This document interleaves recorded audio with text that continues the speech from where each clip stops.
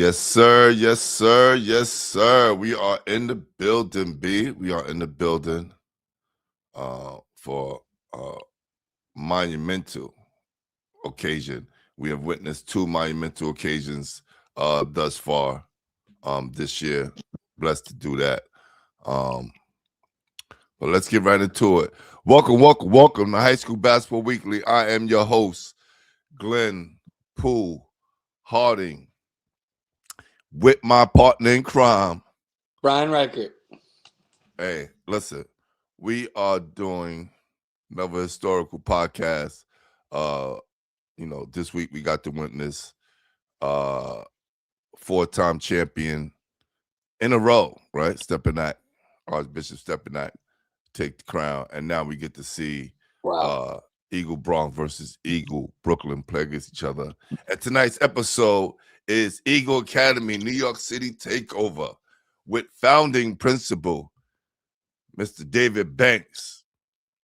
Later on in the show, we'll also be discussing the PSL 1A, 2A, 3A, and 4A championships. But before we start the show, I would like to dedicate this episode to my late cousin, may he rest in peace, Zachary Husser Jr., who left us way too early. My cousin Zach was a consultant for the Eagle Academy Schools and worked closely with our guest, David Banks. So with saying that, I would like to give a 12-second moment of silence. Cousin, man. What a great man. What a great man.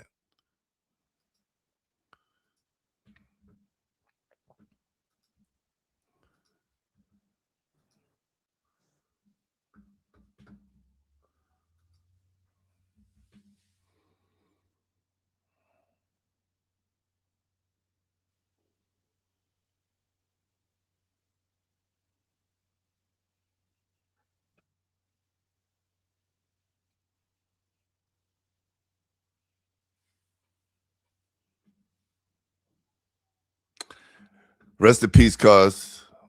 Always and forever will love you. No doubt.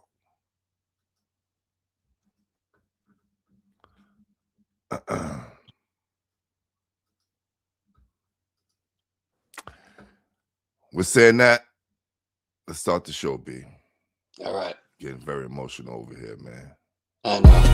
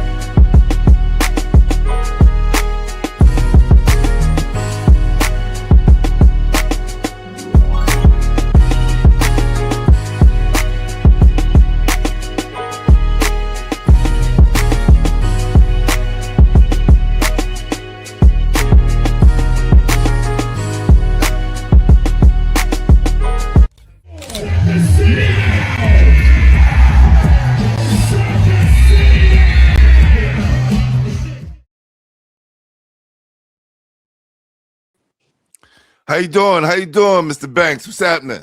I'm doing great. How you doing, Pooh? I'm doing well. I'm doing well, man. I'm doing well. I'm glad that you could join us tonight. Dave, meet my partner in crime, Brian Reichert. Hey, Brian. How you doing, brother? How you doing, Mr. B? Good to have you on tonight. Thanks for joining us. My pleasure. Look at that Eagle. That Eagle merch is crazy. Yo, first of all, I told you I had to have a picture of that jacket because that jacket is awesome. That jacket is awesome. I'm just gonna, just want to give the people a little background about yourself because people don't have no idea about, just the way you grew up and what was that like, growing up in Brooklyn as a child. Well, it's interesting. I'm a Brooklyn Queens kid. Okay. Right? So I was born in Brooklyn, I lived in Crown Heights on Montgomery Street until I was about 12 years old. Wow. And my mom and dad raised 3 sons, and I'm the oldest of the 3. They had me very young. They were both 19 years old. You know, and then my brother Philip came 11 months later. And then my brother Terry came 2 years later. So inside of 3 years, my mom and dad had 3 boys, you know, and Pooh and Brian. It wasn't until I got older and I started having my own kids. I asked my dad, I was like, Dad, what were you thinking? You know?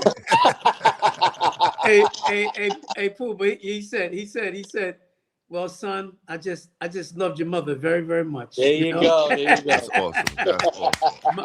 My mom and dad have been married and together now for over 64 years. Wow.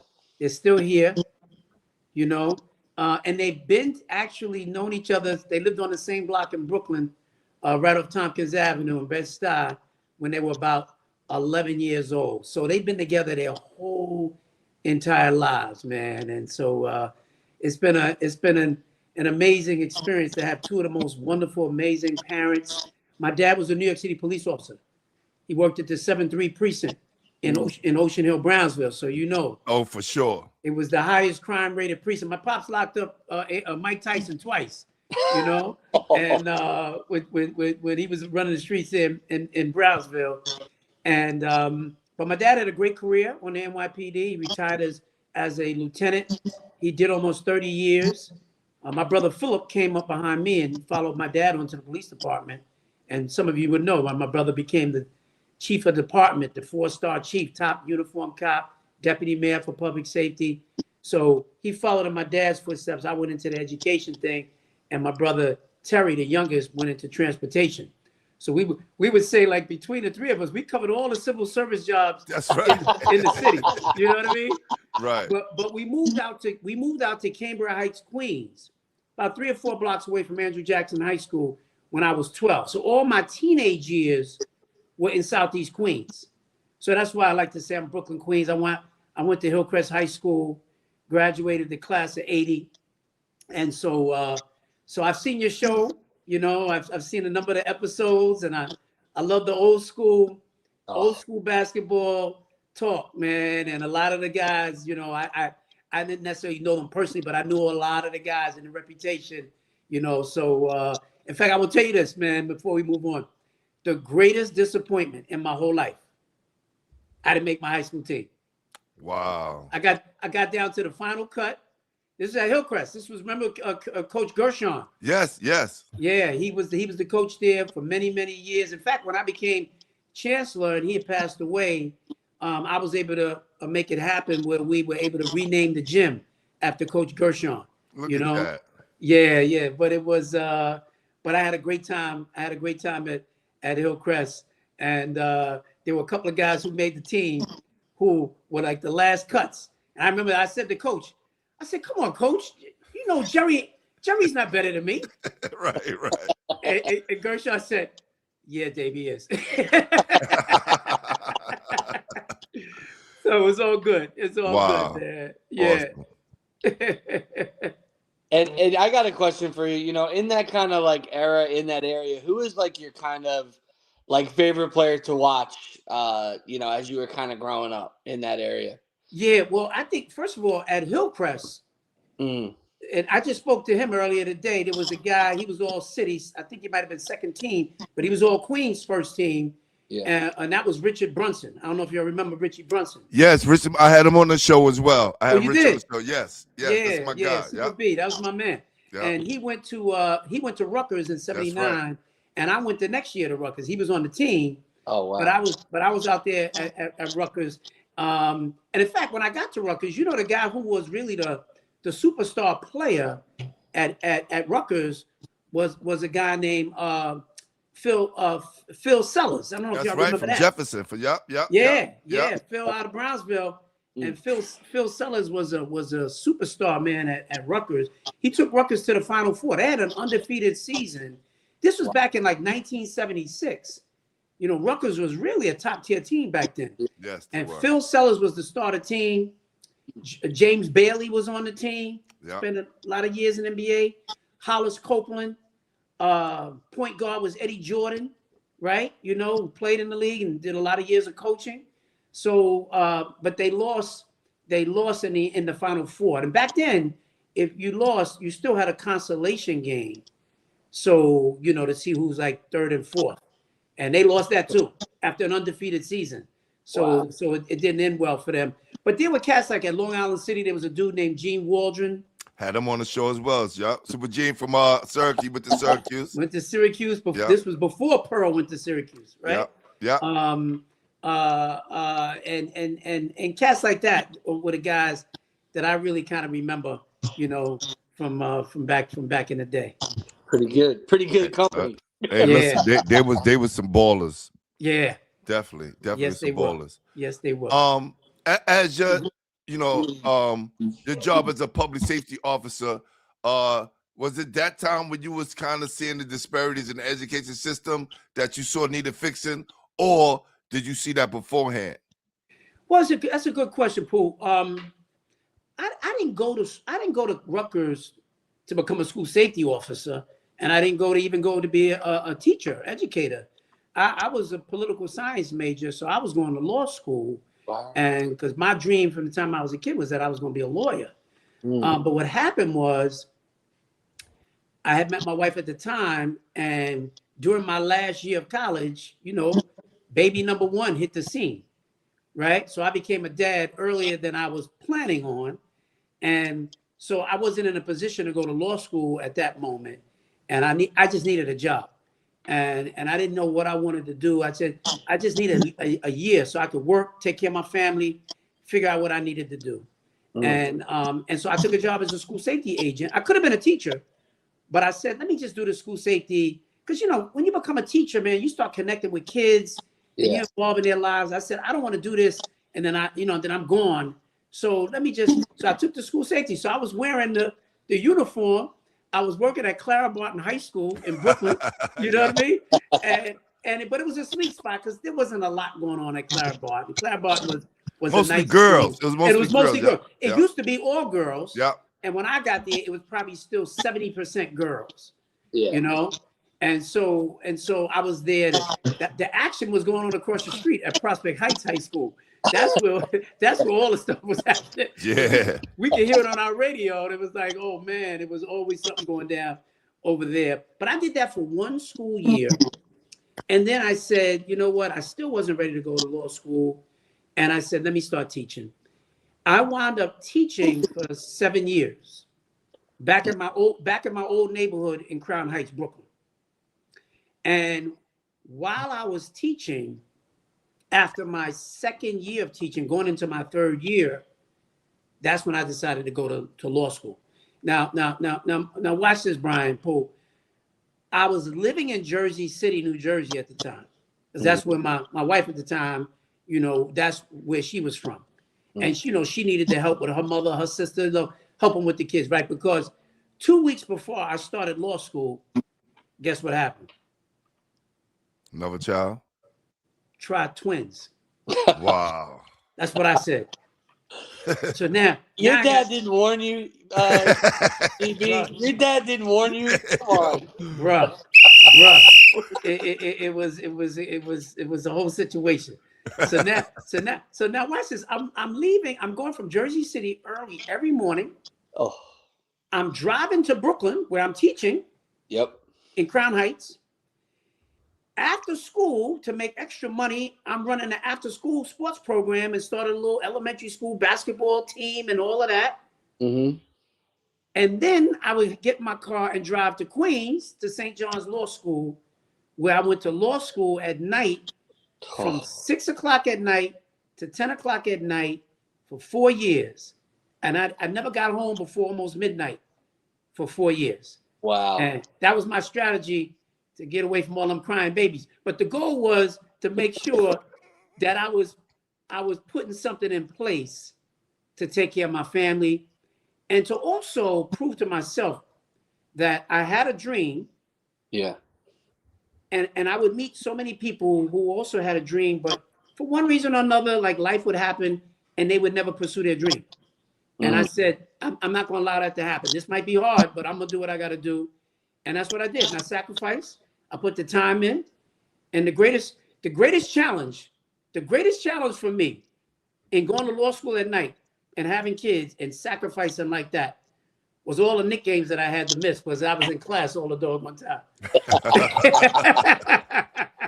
I would stop out to my mom and dad. I'd see them. My mother had something to eat. My brothers would come through. And then they're like, yo, you breaking out? Jordan's in town tonight. I'm like, yo, I gotta go to class. So I did what I had to do. But they tell you, when you go through and you sacrifice like that, it builds character. It makes you stronger, and you keep your eye on your price, and it enhances your maturity. So there's certain things I just couldn't do because I was very focused. I have a family, and I got to take care of my family. And Pooh, I had a great role model in my father, right? So my dad was not a perfect man, but my dad was and still is my superhero. And I watched him every day, and he made sure that all three of his sons were going to get to the finish line. And I said, there's no way in the world, after having that as my example, was I going to allow myself to do anything less than what my father poured into me, and that's what it was. Wow. And now, Mr. B, being around such young kids today and how kids are changing, how do you feel, you've been able to try to connect with the kids throughout the kind of generations that you've been around them? How have you been able to kind of deal with the newer generation kids today? It's interesting, Brian. When I started teaching, right, I was about 22 years old. Mm-hmm. And so I was like, first of all, I was at an elementary school. So you got to remember this. In the elementary school, there are very few men. Yeah. Elementary school is mostly women who are the teachers. Yeah. Absolutely. So very few men, and then very, very few men of color. Yeah. So now imagine me. I'm 22 years old, college graduate, and I'm in the school. 99% of the teachers were women, and I was like the ultimate role model for these kids because I'm the young teacher. Yeah. And I loved it, and I loved them, and I poured into them. And I'm telling you, man, when you work with these kids at the earliest ages, 3rd grade, 4th grade, 5th grade, these kids are brilliant. Yeah, they're the best. They are absolutely brilliant because they haven't lost their confidence yet. They still think that all things are possible. All they need are bright lights to be with them, to show them the way. And I became one of those bright lights. I still have kids from when I was back then who stay in touch with me and were like, Mr. Banks, you were the cool teacher. You know what I mean? I used to have some hair on my head, so I was a good looking teacher. You know what I mean? And so it was I was that guy in the school, and I absolutely loved it. And I poured into those kids. I gave them everything that I had. And I ultimately came back into education over the years because I didn't think I was actually going to stay in it. I was in it for 7 years. But again, went to law school at night, graduated, and then I left. And I wound up working for the New York City Law Department. I worked for the State Attorney General's office. So I thought I was embarking on my law career. Yeah. And putting the education thing, even though I loved it, like I'm pursuing what my dream was. But I'm a person of faith, right? And so God really said to me, yeah, you can do this law thing. I know it's what you always wanted to do. You prepared, but I got a bigger body of work for you. And I stayed obedient to that. And with that, I wound up coming back into education after a few years. But I came back as an administrator, not as a teacher. I came back as an assistant principal. Now watch this. I had to get the certification in order to be an administrator. That's another master's degree. Yep. So I went and I found out you needed 30 credits to get another master's after I just went to law school for 4 years. Crazy. So people thought I was nuts. But I left the Attorney General's office in January. I think that was like 95. And I wanted to be in a school as an assistant principal in September. Right? So literally one semester later. That was my goal. But I found out I wound up going to talking to different colleges. They were like, that's not possible. You can't get 30 credits in a semester, right? And I found out that you only needed 24 credits to meet the state certification. So that was my goal. How do I get 24 credits in one semester? And I went to Brooklyn College. I talked to the head of the department, and he said, it's not going to happen. But I'll give you 15 credits, including your internship. And that's the best that you will get anywhere. Because most places, you're only going to take a couple of classes, 6 credits or something. That's it. And I said, I went home that night. I was very disappointed because I said, now it's going to take me like at least a year to do this instead of one semester. Yeah. Here's when you know God is moving in your life. I went to bed that night and I went to sleep. I could barely sleep. And the Spirit woke me up in the middle of the night. And it was like a voice in my head that said, who said you had to take all 24 credits at the same school? Think about it. Now, where does that even come from? Yeah. So turn around. I wound up going to Brooklyn College, City College, and Baruch College all at the same time during the same semester and knocked out all 24 credits in one semester. Tell me how good. When God puts something on you, if you're willing to put in the work, God opens up the doors for you to be able to go out and do what you got to do. And that's what I did. And I wound up after one semester, I came back into Brooklyn, back into Crown Heights as an assistant principal and now leading from a different level. So I wasn't a regular classroom teacher, but now I'm the AP, basically running the day-to-day operations of the school. I did that for 2 years. And then I had an opportunity to go to the Bronx and be the founding principal of a school called the Bronx School for Law, Government, and Justice. Now think about that. That's a school for kids, high school, who wanted to grow up and be lawyers or work in government. So I was like, my whole background was tailor-made for that. Perfect, yeah. And that's what I did. I was the principal of that school for 7 years. The greatest years of my life. I had so much fun working with those kids. That was a co-ed school, boys and girls. Again, same thing. I'm that ultimate role model for all of them. I'm picking the teachers that I would put in front of my own kids. Because when you're the principal of the school, you're the keeper of the gate. It's your responsibility to make sure that everything here is tight and you have a standard of excellence, which I did. And we put that school on the map. I had a great run while I was there. And the only reason that I left was because another opportunity opened up that I was not looking for. But again, that's how that Spirit moves. As my organization, 100 Black Men, that I've been a part of for a number of years, we decided to open up the first all-boys public high school in New York City in almost 30 years, from the time that Boys High went co-ed and became Boys and Girls, or Clinton High School in the Bronx, which went from being all boys to co-ed. Over the years, it became like politically incorrect to have a single gender all-boys school. So we came back with this idea, looking at what was happening with our young men all across New York City. In fact, Columbia University put out a report that said that 75% of all the inmates from the entire state of New York came from 7 neighborhoods in New York City. Yeah. Wow. Think about that. I mean, that's crazy. The whole entire state, Brian. You're talking about Buffalo, Rochester, Syracuse, the whole state. Yeah, I read that report. Not only did 75% come from New York, but they came from 7 very specific neighborhoods in New York. That's what we call the school to prison pipeline. And our goal in the 100 was what can we do to try to break some of that? Because people were writing reports, they were having conferences and meetings, and it seemed like the most that you would get is like a good after school program for like 15 kids. Like that's as good as it's going to get. Yeah. And we worked with all the local politicians. Hillary Clinton was the senator in New York. She got behind it. We lined up all of our politics. We got the go ahead. Bloomberg was the mayor. And we started the Eagle Academy for young men. I was the principal of the school. And we put an Eagle Academy in the Bronx.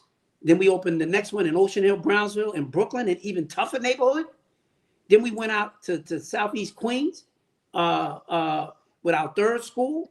Then we went to Newark because Cory Booker was still the mayor of Newark. He said, show me that you can do this outside of New York. We went out to Newark and we opened up an Eagle Academy. Then we came back into the city. We opened one in Harlem. And then we went out to Staten Island. That's where right. nobody goes. Nobody even goes. Even the people who are education reformers don't go to Staten Island. And we have one in every borough in the city. We got one in Newark. If you add up all the kids that are in our schools, we have over 3,000 young men that are across these Eagle academies. We changed the model from a high school. Wow. Now it's middle to high school. It starts at the 6th grade. And we take them all the way through until they go into college or heading into their career. We're raising these boys. And we graduated now over 4,000 young men, sent them to colleges and universities all over the country. The work of Eagle and the people who are leading it, those principals and the staff who was in there, has been absolutely amazing. I get all of the credit because I was like the face of Eagle. But what we did was we built a powerful ecosystem that gives the boys the love that they need, gives them the mentors that they need, and it gives them the discipline that they need. All of it works together so that we get these brothers on track. Because Brian, in answer to your question, finally, let me say this. The one thing I can tell you, particularly with young brothers that I work with over the years, the one thing that they are missing is that father figure in their lives that gives them that. What I got from my dad, so many of them don't get that. That's why a lot of them are drawn to sports, because they get that from coach, right? Yep. And they get that camaraderie and that brotherhood on the team. But if you're not on that team and you're not being mentored by somebody like Coach Ray Haskins or something like that, or Clario, if you're not getting that, you a lot of these guys are just lost. Yeah. And so we filled in the gaps with what we were doing with these brothers, and we give them hope, and you'll realize they are as bright and as brilliant as everybody else. They just need that support system around them.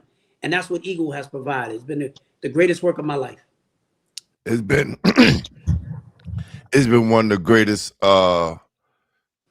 projects in New York City history, right? As far as the culture wise. And I agree with my guy Michael Walker. He said you change the education culture along with those, other principals and staff members that's in the schools. If you go into the Eagle schools, you see the brotherhood, right? You see the kids who leave, they come back and they support, right? What does it mean to you to have history made right in front of your eyes in a short period of time? Because this doesn't happen in New York City basketball. Right. That two schools, or even one school get a city championship so early. Now you got two schools, the founding school and the second school that was created in the city championship, competing each other for the biggest prize in New York City. Come on, man. I am beyond. I'm ecstatic.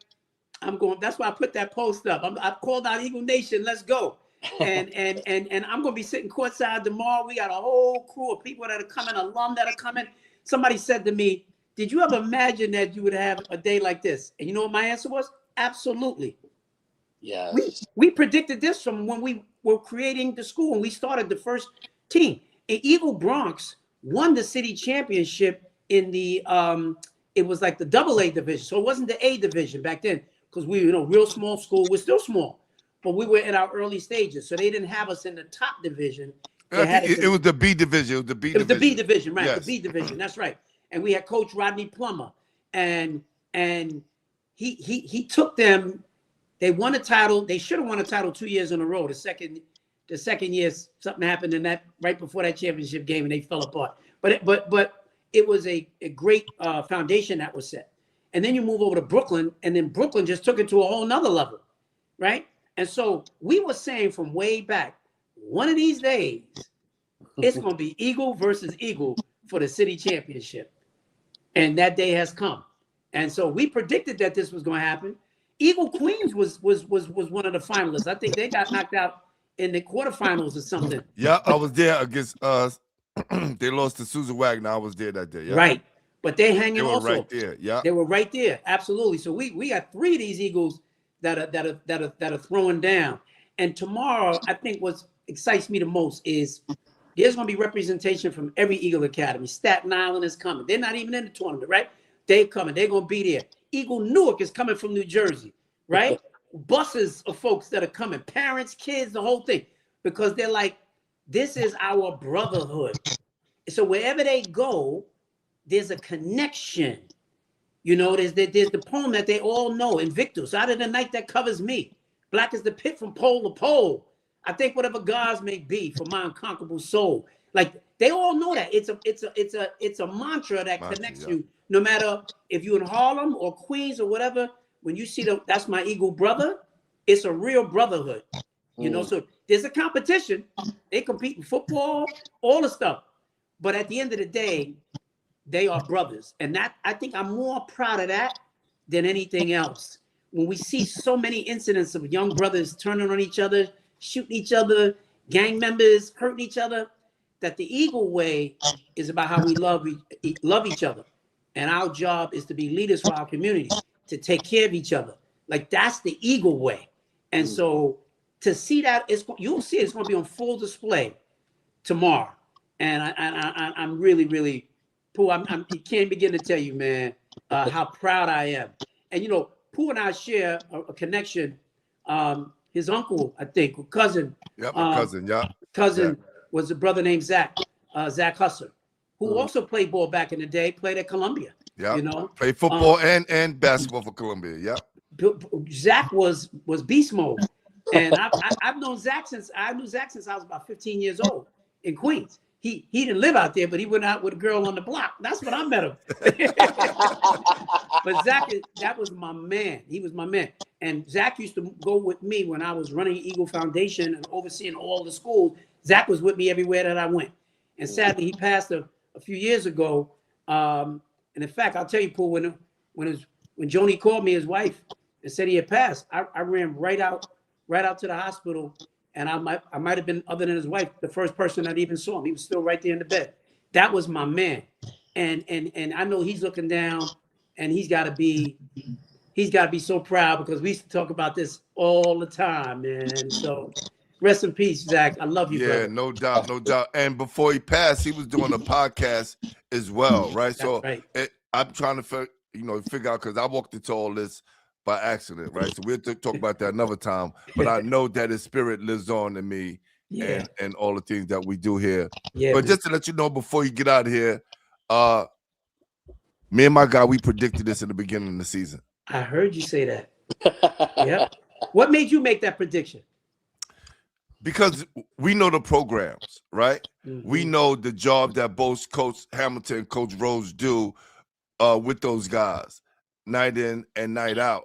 Right. They have a great system where feeder system, right? Mm-hmm. You may get one or two kids that come in, but it's the feeder system for the junior high school that they bring up. That's right. Right. And they compete and they play hard. So we knew coming in that they had the two best teams in the city. Right. And look, we said this when, Jada Swan, who was the best player in the city, we still said this. It's gonna be Eagle. Wow. And here we are. Yeah. We will be in the building tomorrow. Yeah.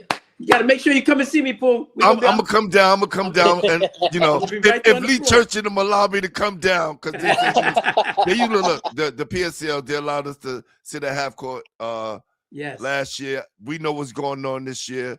Right. Salute to Jordan Brand, who's coming in and partner up with the PSL and doing that in a big way, man. So I'm so proud of you, Mr. Banks. I'm so proud of the whole Eagle Foundation. Yes. And listen, I'm looking for a classic.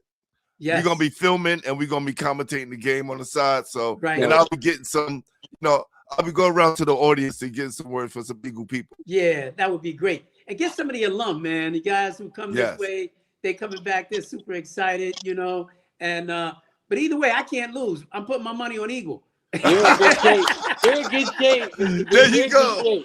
And listen, one last thing before y'all go. Yeah. My latest venture that I just started a podcast myself. Really? And so my wife, who some would know, Sheena Wright, who used to lead the Abyssinian Development Corporation for years. Then she was the first woman to lead the United Way for a decade before becoming not only deputy mayor of New York, but the first deputy mayor. She was the person that was running the city, right under Eric Adams during the administration. So you have the first deputy mayor and then me as the chancellor. So we come together on this, and our podcast is called The Beacon and Blueprint. and we bring some powerful people together to talk about all the issues that really affect, particularly the Black community and the issues that we're dealing with. And so we got all kinds of elected officials that are coming on.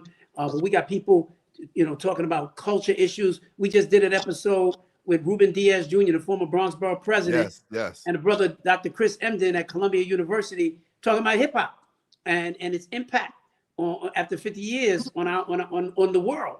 And you got to check that out. People are like, it was absolute fire. And then we did one that just came out yesterday, talking about reading and why literacy is so critically important, and what we have to do to make sure that we're building literacy skills for all of our kids. So it ranges every week. It drops every Tuesday. But for your audience who's checking it out, you'll hear some powerful conversations with some powerful guests. We shoot it in our home in Harlem. And so right in our living room, we got folks sitting down and we're having powerful conversations the way that we all do in our community. Where can they find it? Where can they find it? They can find it anywhere they watch their podcast, Spotify, Apple, but you can actually watch it on YouTube. So not just listen to it, you can actually see the whole layout if you subscribe to YouTube as well. So we're proud of it. We're building, and to God be the glory. Hey, before you leave, Mr. Banks, I'm gonna call you because I'm putting together this photo shoot to honor all the media that does such a great job covering these kids, because we're not covered by the newspapers anymore. We took on the job of doing that, and what we want to recreate is that famous jazz picture in Harlem, just with the media people in New York City. And just to kind of show each other love on that way. So I love that, man. I'll call you, see if you can help me out with that. We certainly can. We certainly can. Poole, listen, brother, much respect, man. Keep up the great work. I've been enjoying some of the episodes. I saw when you had Wendell Owens on. Yeah. I remember Wendell. I was playing at Sacred Heart, and he was at, I think, Prince of Peace. Yeah. Back in the day. He was a couple years behind me, but I remember that boy scored almost 100 points or something in a game one time. He ain't never passed the ball. Forget about it. I think he had 0 assists. But he was a beat. He wouldn't remember me because I wasn't one of them star players. I was just one of the guys on the team. But I remember those guys, and certainly my man Howie, who works with us at the New York City Public Schools as well, and Larry, who's at Springfield. This is all part of my whole extended family anyway. So I love your conversations, and y'all keep up the great work. Thank you. Zachary Husson's on the check-in. He said hi. Zachary Jr. Is on the check-in. And again, say the name of the podcast, because I got people in the chat. Yes, so those are checking out. The name of the podcast is The Beacon and Blueprint with Sheena and David. The Beacon and Blueprint. It's early stages. We only have our 3rd episode out right now. So it's real easy for you to look in and check it out. You can go on anywhere you catch you watch your podcast, on Spotify or Apple or anything like that, or you can watch it by subscribing to YouTube. So we're excited about it. It's a podcast that is meant to inspire, to educate, but ultimately to activate people in our community to get out there and be involved. We're under assault right now all across this nation, and you gotta be engaged. My dad taught me that there are 3 kinds of people in the world: people who make stuff happen, people who sit on the sidelines and watch stuff happen, and people who wake up every day, stretch out their arms and go, "Hey, what just happened?" And so you don't want we don't need any people not even knowing what the hell is going on. We need people to be engaged. Democracy, you talk about basketball, democracy is a contact sport. And you can only win if you know what the hell is going on and how to be engaged. You cannot just be on the sidelines watching what's happening and not participate in some way. It's the only way you can make a difference in this world. And that's what we're trying to do, even with the podcast. But appreciate you, brothers. Thank you so much. No doubt. Appreciate you. Everybody, the podcast is in the chat. So get that link and subscribe. We will. Thank you, brothers. Y'all take care. Have a great night. See you tomorrow. Yeah. See you tomorrow. Yeah. Awesome, man. What a freaking plan to come up with those programs. And he's right. They're all doing well. Somebody even wrote in the chat, which I didn't even know too. There's a friggin' Eagle in Newark. That's a fact. Yep. Holy smoke. Yeah, it's something. It's the wave, man. Yeah, that I know about for a long time. And this is why they produce the kind of kids that they produce, right? You see what's happening, and as it goes on, you're going to see these schools are going to start to dominate like the DeWitt Clintons and boys and girls of yesteryear because of the all-male population that they have. Yeah, I agree. I think it's gonna, these are the programs that are gonna be the face of the PSAL, and it's not only the design and the passion that went into it, the staff's Pooh. Like that's why we picked them to be in this championship game. I mean, you look down the Eagle Brooklyn staff, it's just guy after guy is an incredible coach, bring in guys, connect with kids. And then Eagle Bronx has stepped up their game tremendously. I mean, Coach Rose has done an unbelievable job there, and his assistants are tremendous as well. These are great staffs that are all in on the kids. Are making sure that they're great guys on and off the court, and all these kids are very recruitable. To me, look, they got great college players, high school and college players on the staff. They got community guys on the staff. It's a combination. So you couldn't see why these schools do well in shaping these young boys to men on and off the court. The benches aren't huge. There's only a couple people, that are handpicked and involved. I mean, and whether they're trainers or guys that they're bringing in, they're just guys you trust around the kids, Right. They're doing a great job, and it's no surprise that this is the 4A championship to us. Man, so let's talk about this. Hey, thank you. Appreciate that. Lala, appreciate you. Thank you. If this is your first time here, please subscribe, share the content. It's only gonna help us grow and reach more people. Hey, we got some big games, man. We got some big games. And we just had some big games, man. I mean, how about Stepanak pulling off this? Man, that was incredible. I mean, do you know how badass, Pooh, you got to be to have 3 McDonald's All-Americans getting ready to celebrate it, and you're rocking the 4-for-4 Wendy's special in your locker room? I mean, these guys, they're making TikToks. They're going after accounts. I mean, Coach Pat is literally must-see TV. It's all Stepanak right now, man. It's crazy. Your leading scorer goes down. He's there playing in spirit, 40%. But the other guys step up, and it's like they don't lose a step. Yeah, and you got to talk to the man after the game. I mean, Mr. Ratliff, I mean, his boys are just – they're like 10 times more dynamic than he was. It's crazy. It's like – and he was such a successful pro. It's 19 years. 19 years. Right? And an NBA All-Star. I know. And he was in the championship game. I mean, an absolute stud that played forever, like he said. And, his kids are just special. That whole program is, man. And Coach said it. We ain't rebuilding. We're reloading. So Stepanak's ready to defend the title again. But 4 in a row, man. Never been done. Not in the Captain School League, at least. Yeah. Remember, Lance Stevenson Lincoln, 4 in a row, baby. 4 in a row. The Lionheart. Yeah, man. That was a great moment to see Coach Pat just hold that trophy, enjoy, and knowing the hard work that he's put into all the years, right? He's had McDonald's All-Americans in the past. Who has 3 though?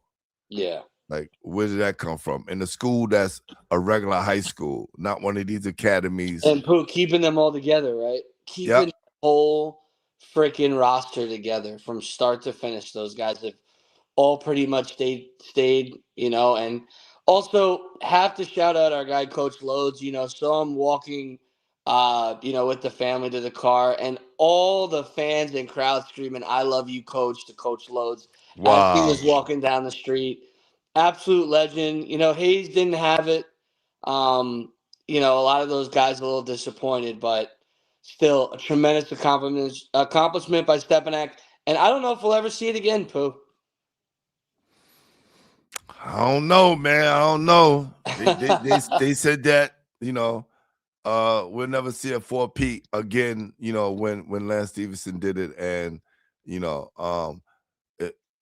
we got to see it again. And I'm glad we got to witness history. Then we get to witness history again tomorrow night. Yeah. It's amazing. So Look, I'm gonna keep it a buck.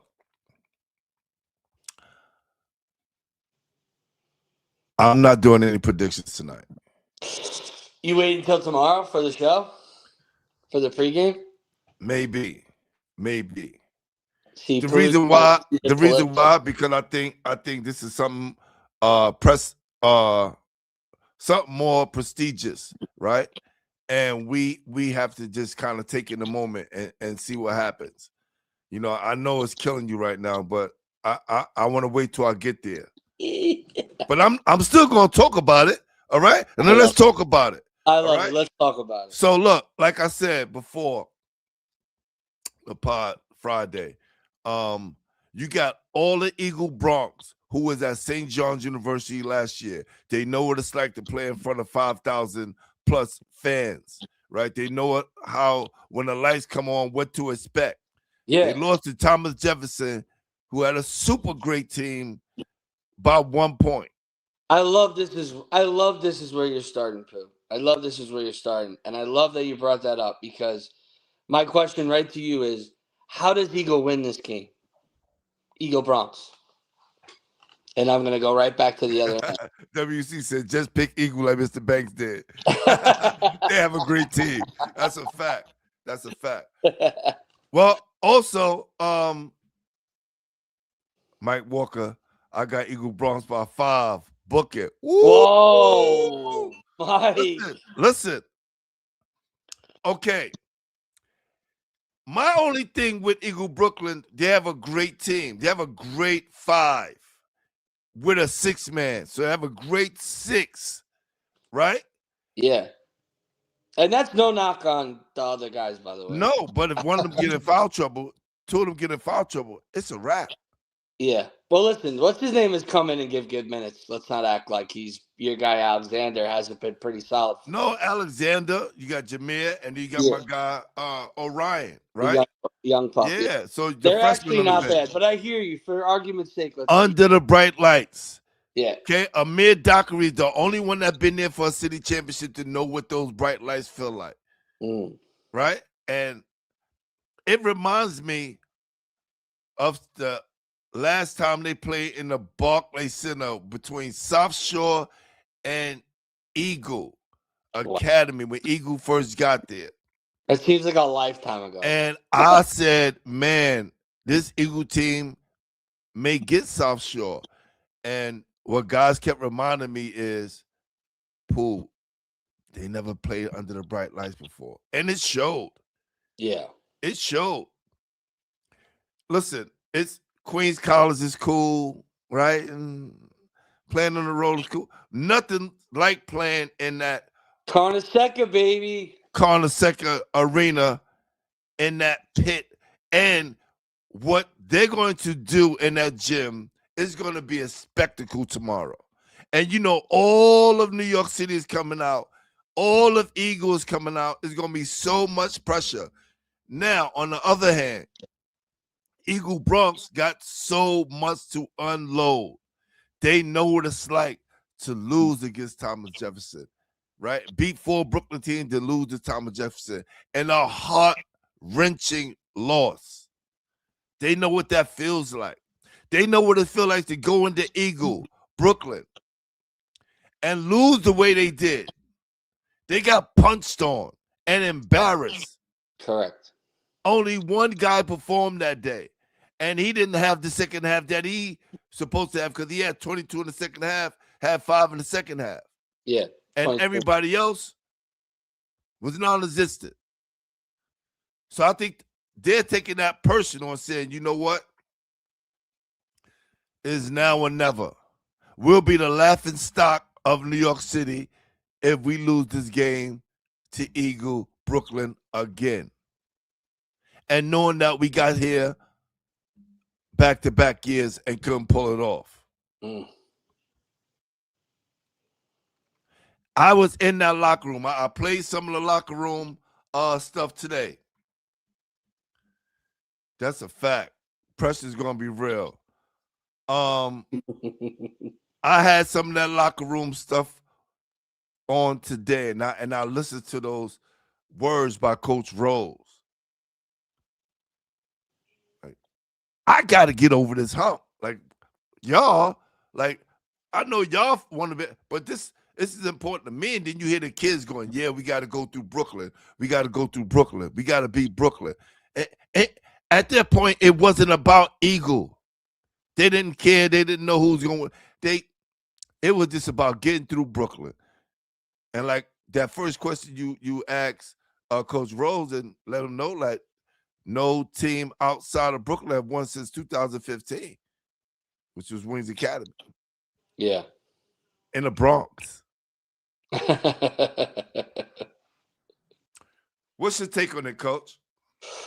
You know, I think the first time they played, I think that Eagle Bronx team is completely different. And I would say the main reason of that is Ace Cummings. Like, his play of late has been really good. I think it's taken Eagle to the next level. Taylor Knowles has been picking up his play defensively as well. And playoff Geo, man. Playoff Geo always kind of steps up, gives them better shot quality, gets them, better minutes, takes care of the ball. And I think that Coach Rose is going to have a tremendous game plan. I think he's going to focus on, a matchup that they like defensively, and offensively, try and exploit those as much as possible. I could see a lot of ISO, a lot of pick and roll to kind of get his guards on the bigger guys and get them out in space. But Eagles going to be ready, man. They have the size. I think what you do in the gyms when it's difficult to shoot is you score inside. I think which team is better at scoring inside? I would say Eagle Brooklyn. I think you would agree with that, right, Pooh, with Hunter Frazier and Jaden Howard? Listen, last year, if you can remember, it wasn't a lot of big 3-point shots made last year. No, they can't. Listen, it's hard to shoot in that gym, man. If kids know, if you're dependent on just shooting that 3-point shot and think it's going to go, unless one of you guys have a miraculous shooting night, it's not going to be easy. The spatial aspect of that gym is a little difficult. Besides when we saw Boogie Fland in that first half, remember? Oh, but Boogie is different, man. Boogie is different. That was the only time I see somebody go nuclear. Yes. So not saying it can't happen again, Mm-hmm. but again, I think this is where Eagle Brooklyn will have an advantage going inside and getting those buckets, right? Getting those buckets inside, that's high percentage shots. So yeah. I think if they can wear them down and play the defense that I know they can play, they can come out victorious. Mm. It's such a tough call. It's such a tough call. I know a lot of people want Eagle Bronx to win. I know a lot of people want Eagle Brooklyn to win. But it's going to be a game time situation for me. I think it's a close spread, Pooh. I think Mike's around the spread, 5 one way, 5 the other. I think it's very close. Right now I'm leaning Eagle Brooklyn just because of their history and how well that they've played this year and their momentum. And just the fact that they're so hard to game plan for, Pooh, because if you really try to take away Lee Robinson, you're almost doing them a favor by letting Jaden Howard and Hunter Frazier and Cromwell go to work. You know what I mean? With their size. Those 3 have an advantage over the 3 that they're playing. They will on Eagle. But, if Eagle can kind of get them out of character, speed them up, make them play their type of game, I mean, Eagle Bronx could absolutely take this one. Most definitely. I think this is a game where we see either Denham Troutman or Lee take their game to another level. Do you think those are the 2 guys who are MVPs of the game? Yeah, it can be. Could be. But I know far as, solidifying that spot for player of the year, right? Yeah. We know Lee is leading in that vote with us so far. Can he have a great game? So far, he's been playing decent. Yeah. Haven't been playing bad. Haven't been playing great. Yeah. He's been playing decent. He's been holding the towel, right? what he's going to do to supersede all the expectation that people have for him. Yeah, and I like that he's kind of seeing what the defense gives him early, you know, and listen, a lot of teams are trying to take him away, get the ball out of his hands, and it's been a mistake because Dockery has been unbelievable, especially from three. Dylan Leon's been a sniper. So, like I said, you take away Lee Robinson, it almost makes them more dangerous with the spacing that you're allowing. Yeah. But when you allow Lee Robinson to get going downhill, he's almost impossible to stop. The only thing, like Pooh always says, the free throws and the concentration and the focus and, you know, not getting too emotional. But other than that, you know, Lee Robinson's got it going on. And I cannot wait to see Lee Denham try and carve up this Eagle Brooklyn defense, man. It is going to be a show. Who do you think guards Denham Troutman?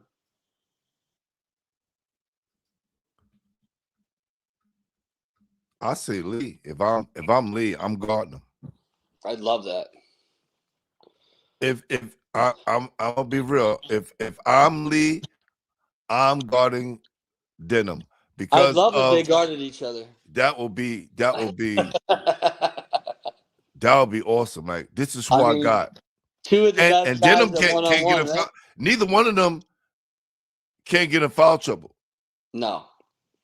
And Denham has been getting in foul trouble. Denham has been getting a lot of fouls lately.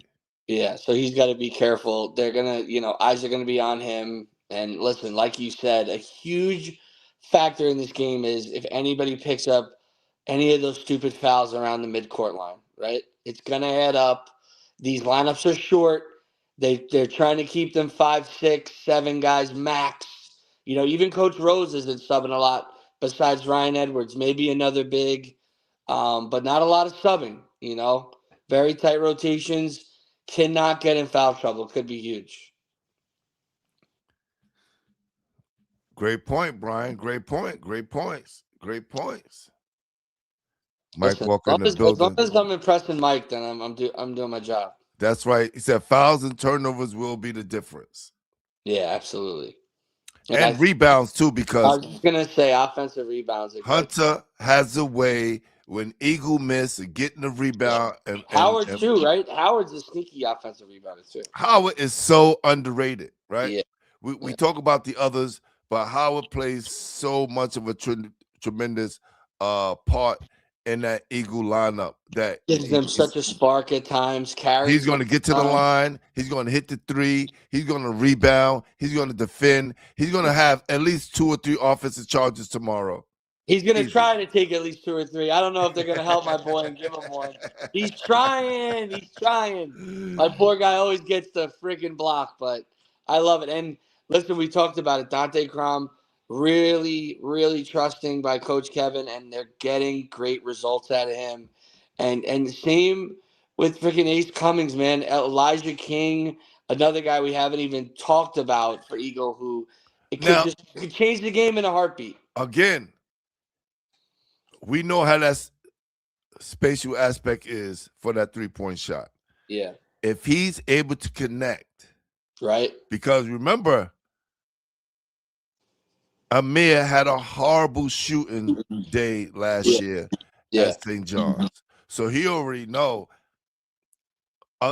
if he took a mental aspect, be like, listen, I'm not going to try to shoot a bunch of threes. I'm going to the basket, get to the line, and have a difference that way. Keep making plays. Whereas Elijah King, the best part of his game is knocking that long three. But I think he gets such a high arc, he may have a chance. He may have a chance. But if it's not going well, you're going to have to try something else. Yeah, and it's such a big risk, right? Every time I coached and we went into these college games, we talked about it so much. One of those first 2 don't go in, attack the basket. But in this game, the scoring could be so tight, a couple threes could really tilt the score very quickly, especially because when you're down 10 points, it's hard to come back in that gym, right? It's hard to shoot your way back in. But it's going to be so noisy. You're not going to be able to hear your coach from the sideline. It's going to be so much going on. So you're expecting way better than the Queens College environment. You're expecting the best environment. Brian, do you remember how it was last year at St. John's between Jeff and it was packed. Eagle Bronx? It was crazy. Yes. It was I'm expecting the same kind of energy. Remember, he said they're bringing in all the Eagle schools. That was crazy that he said that. I So can't. not only the that, alumni is going to be nuts. And then you got the others that's coming to watch because they're high school basketball junkies and fanatics. They're going to come down to watch the game. And we know right now, these are truly the two best teams in the city. No doubt. On the public school side. I can't wait for this matchup. But Pooh, before we get out of here, I want to talk about the rest of the PSAL. Because can our man, Coach Phelps, get it done? Can he get it done as a 10th seed? Listen. A 10th seed. Here's a school who, again, superseded expectations. No one thought they would be there. No one. And Nobody. They clawed their way. They clawed their way to the championship. And Pooh, they're tough, man. I looked at them on tape. They got some freaking tough players, man. Listen, they had to get through Flushing. Yep. Right? They beat Flushing 79-33. Yep. Then they beat Bronx Science 63-52. Then they beat Truman 38-35. Huge upset. Hey, salute to Truman. Yeah. Coach, get at me. Holla at me for next year. Heard they have a dynamic guard up there who they kept under control.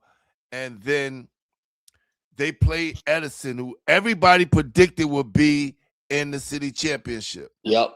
Everyone predicted Edison and Achievement. Me too. And really, everybody predicted Westinghouse to be there. And Westinghouse got bumped off. Crazy. And that bracket has been insane. It's been insane. Achievement First didn't even get a chance to play Westinghouse. The brackets are so crazy.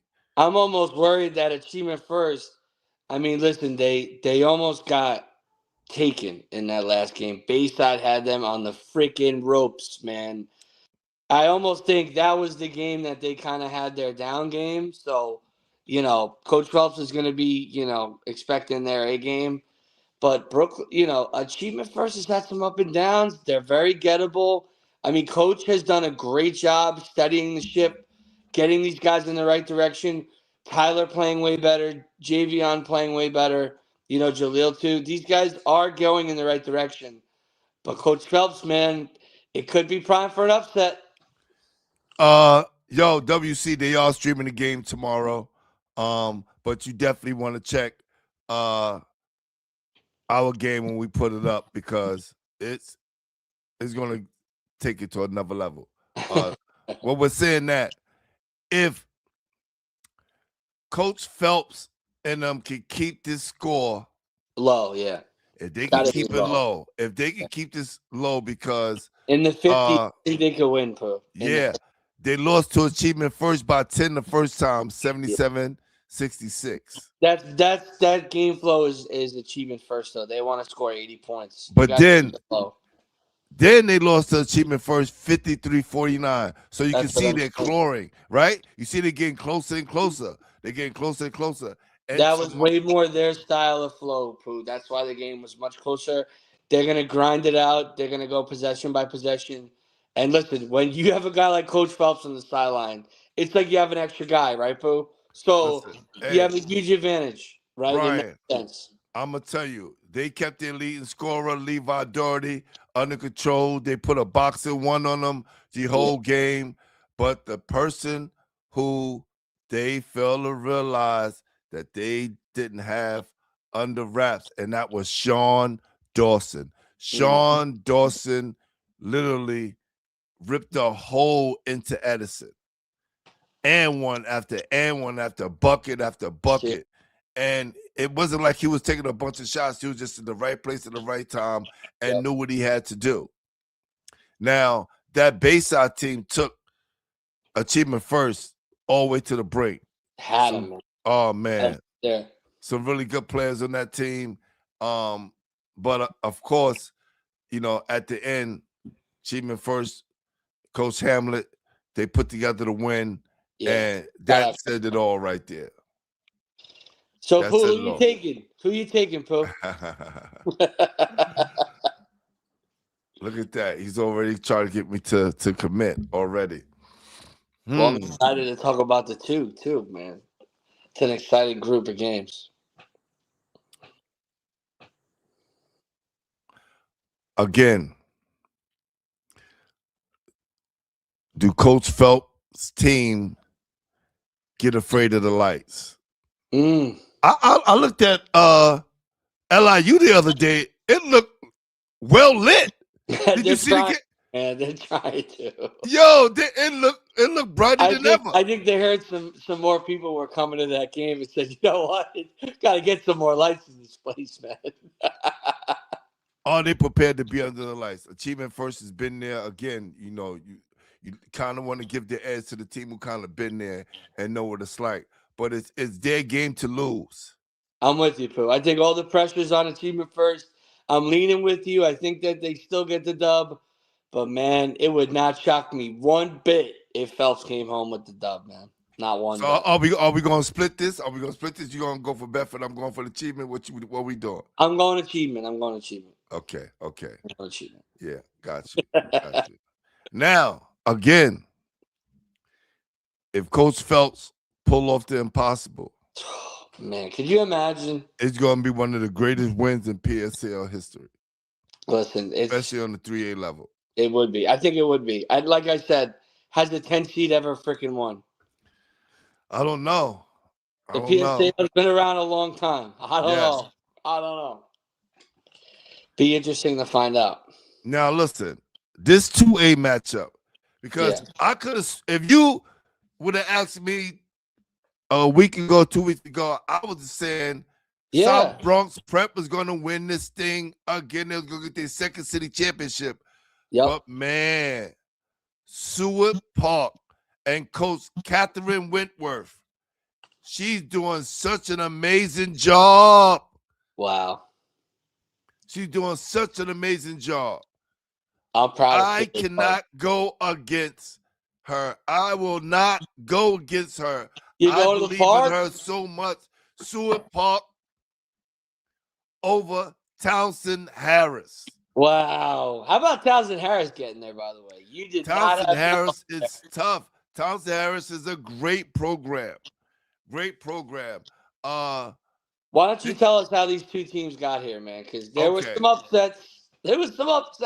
Yeah, hold on for a second. Let me get to the brackets real quick. Yeah, I mean, Seward Park had a really good season. You know, they were one of the higher seeds.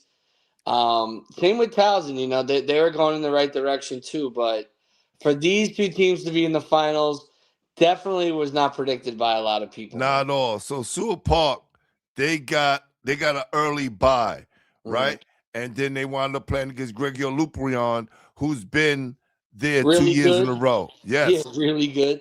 They've been really good. They beat them 62-49, and then they moved on to play against Lad Museum, who they beat 64-50. And then they moved on to the next round to play against our guys at Brooklyn College Academy and beat them 56-48. How about that? That's a big win, man. That's a huge win.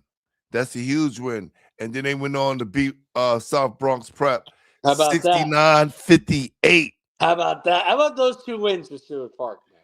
Big time wins, and this is why I can't go against Coach Wentworth. Now give me the other side because I want to hear this run too. All right, Townsend Harris. Townsend Harris also had a bye. They come in the 7th seed, and also let me just give you the seed.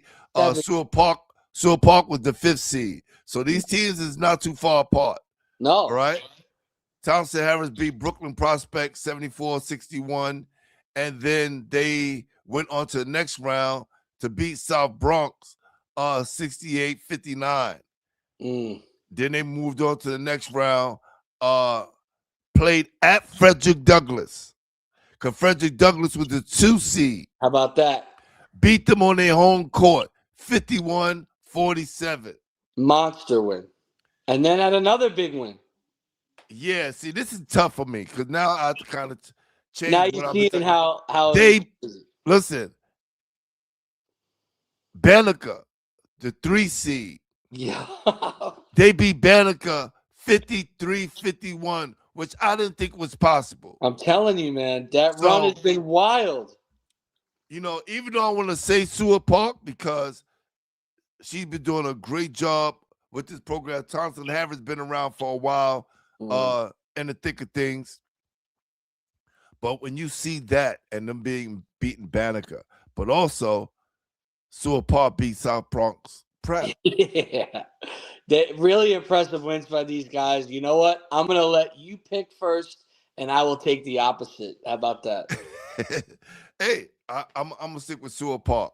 All right, I'm going the opposite, man. I'm going TH, man. That's I right. just like you said, that run of freaking Frederick Douglass on the road, and then Banneker. Yes. After that massive upset, to still hang on and beat a team that's better than you, and to advance is super impressive, man. I can't. This is gonna be a good game. That's right. And if Catherine Wentworth wins this, she'll be the second female that I know, maybe third, to win a public school city championship. Wow. I think Ms. Debbie Mortley won one, and also we have Coach Ruth Lovelace at Boys and Girls. To the one, baby. Oh man, you got me sick over here, B. You got me sick over here. Let's go. Now, the 1 seed is been kind of crazy because we didn't see a lot of the 1A, right? Yeah. You have East Roosevelt at number 5 versus Inwood Academy at number 2. So let's go back and see how both of these teams got here. Wow. Of course, they both have buys, and this 1A is so loaded. The page go down. I think it took about 14 pages to build this bracket. It's crazy, right? It's so like the NCAA bracket, dude. This is why the PSL is the largest league in America. It's nuts. East Roosevelt beat High School American Studies at Lehman 51-39, right? And then they moved on to play against the Harlem Village Academy and beat them 69-48. Okay. And then they went to the Bronx Leadership Gym and beat Leadership, who was ranked 4th, who had the 4th seed, beat them 66-62. Oof, that's a big win, man. Yes. And then got to the Final Four to play against Longwood Prep Academy, who was number 1. All of these number 1 seasons getting knocked off. Gone, man. Gone. Crazy. They beat them 53-47. Wow. Which takes them to the championship to face against Inwood Academy, who's number 2. Who held business, man. Held court. Okay. Of course, they had a bye. Yeah. And then they started their run in their gym. Of course, they had the home court advantage the whole way. Inwood Academy beat Bronx Early Learning 61-39. Nice. Then they played East Side Communications 79-57. And then played against NEST plus M. Don't ask me why. All right. You good, baby. You good. All right. 61-50. And then they made it to the Final Four and beat Comprehensive Model 57-48. Now, do they complete the path and handle business, or are you smelling an upset, Pooh? Because they've got 2 upsets in a row. Listen, I'm going with East Roosevelt. I think it's, they knocked off the number 1 seed. They knocked off all the highest seeds in that bracket, and they went through that going on the road too. Going on the road and beating a lot of those teams. All right, man. Give me the 2 seed. Let's go, man. Give me the favorite. You going with Inwood? You going with Inwood? Okay. Baby, up to no good. All right. Brian said I got NYC Academy by 8. Hey, Brian, did you see them play? No. And this is the thing. We going about this just off. Listen, I'm just picking against you, Pooh, man, and I'm just happy we're talking about a program right now. No doubt, no doubt. Hey, that kind of wraps things up, man. Look, definitely it's Friday. It's Thursday, Friday, Saturday. I want to give each one of these leagues some attention. We got St. John's tomorrow, and then Friday's LIU, and Saturday the 1 and 2 at LIU. I think it'll be fair if we show our face, just to let the other, divisions know that we're gonna support them just as well we support the higher divisions, because that's the big complaint. That we don't come to the lower seed games, and I think just for us being there, we trying, man. We trying. There's only 2 of us. Yes, he said I didn't, but I'm going with the stats. That boy, Mike. Me too. That's hey, right. Listen, look, but yo, them kids at East Roosevelt, man, they went on the road. Yeah, hot. Listen, I like taking the hot team. So They beat the number if you one. were taking Inwood, I would have Yeah. felt great about going with them, man. Yeah. So we'll see. Hey, PSAL time, baby. Yo, B, let's get there early so we get a chance to talk to some people. Of course, I spoke to Mike. Hold on for a sec. So this would be some good games, I'm sure. I got Eagle BK in a dogfight, low scoring, grinded out game. I think Seward Park wins it all. There you go. Wow. Seward. Shout out Seward Park, man. No doubt. Yeah, so as you know, Jordan Brand pays some big buckets to make sure that they come and decorate and do their thing at St. John's tomorrow, because both their teams made it to the city championship. So we won't be able to be on the sideline because, as you heard Mr. Banks, they're going to have that VIP section going across there. I got you. Right? Other side, I think it'll be cool. We be up in the stands with the people. Oh, I like that. Word. Yeah. Okay. That's nice. I know it's something that we can do in here. You put up your thumbs, you do this, and I have no idea. But anyway, can't do it again, right? It's crazy. But Fi is going to go down, and he said he's going to make sure that after the game we get the interviews that we need. So, wasn't going to give them a hard time this year because they reached out and in advance and let me know, right? Yeah. And that's cool. And I think also too, this will give us a chance to get up in the audience and ask some people some questions, as the game's going on during the timeouts, some things and make it a little bit different. Yeah, of course. And it's cool because it's like, Jordan was at all the games throughout the whole year, right? So it's all good.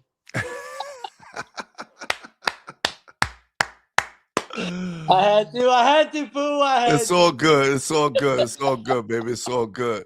Hey, y'all see us tomorrow. Pull up, say what's up. We'll be in the building tomorrow. Looking forward to a great game. We need another classic. We don't need a blowout. Boo, please, man. I'm telling you, if we get a blowout tomorrow, I may disappear. I may blow up.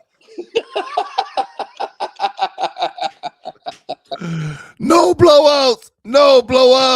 Please. No, but the way the game was last year, we just thought that Jefferson was going to walk away with it. Yeah. And then they started turning the ball over at the end. It was just like coughing up the ball. Got scary, man. Got scary down the stretch. And then Trevor Lewis grabbed that monster rebound. I might need to rewatch that game before I go in tomorrow. Yeah, man. Yeah. That's probably what I should do. Yeah, and then Amir had a good look at it, missed it. Yeah. And then who was the senior last year? He had the 3 and went in for the 2.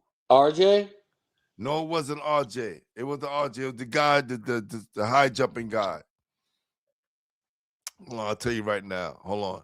He had the 2, and he went in. He had the 3, and he didn't take the 3 and went in for a 2, and they lost by 1. That was the dagger last year. That was the one that kind of. Hold on, let me see this guy's name. I'll tell you right now. That's Eagle 2, 2000 roster, 2025. Was it Carrick? Was it number 2? Yeah. See, yep. CJ, yep. CJ, yep. That's right. That's right. He had the 3. Yep. He didn't take it and went in for a 2. They was like, no, and they just let him shoot it. They just let him shoot it and let the time run out. Crazy, man. Yeah, he said that is correct. Yeah, that's correct. Yeah. Yeah. Clock ran out, and that was it. That was all she wrote. Greatest. All right, Pooh. Carnesecca, part 2 for the Eagle BX, man. Let's see what they got. Yes, sir. We are pulling up in the building. Peace, y'all. Hey, thanks, David Bank, for coming through, man. Appreciate that, man. Yes. Thanks for everyone for listening. Please subscribe. We appreciate you. And say hi tomorrow. Check in with us. Going to be a big game. Peace.